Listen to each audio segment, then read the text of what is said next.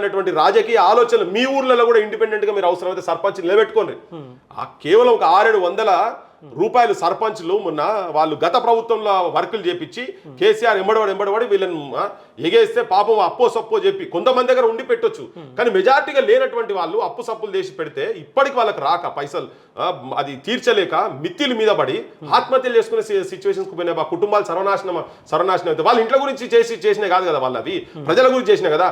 ఈ మొగాయన ఈ ముఖ్యమంత్రి రేవంత్ రెడ్డి అని పిసిసి ఉన్నప్పుడు మీరు ఏ పార్టీ అనేది కాదు, ఏ రాజకీయ పార్టీ అని కాదు, మీరు ఏ ఆలోచన ఉన్నటువంటి వాళ్ళని కాదు, మీరు నాకు ఓటేసినా ఓటేకున్నా పర్వాలేదు, నేను గవర్నమెంట్కి వచ్చినాక మాత్రం మీరు ప్రజల గురించి చేసిన పనులు నేను రాగానే వెంటనే నేను మీకు బిల్లులు మొత్తం తీర్చేస్తా మీకు ఇచ్చేసేస్తా అని చెప్పని మాట్లాడి నేనే ఇలా మాట్లాడతాడు. అది కేసీఆర్ గవర్నమెంట్ లో చేసారు కదా, మాకేం సంబంధం?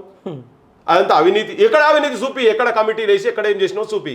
అంటే ఇంత దుర్మార్గంగా పల్లెల క్షేత్రస్థాయిలో ఉన్నటువంటి కొన్ని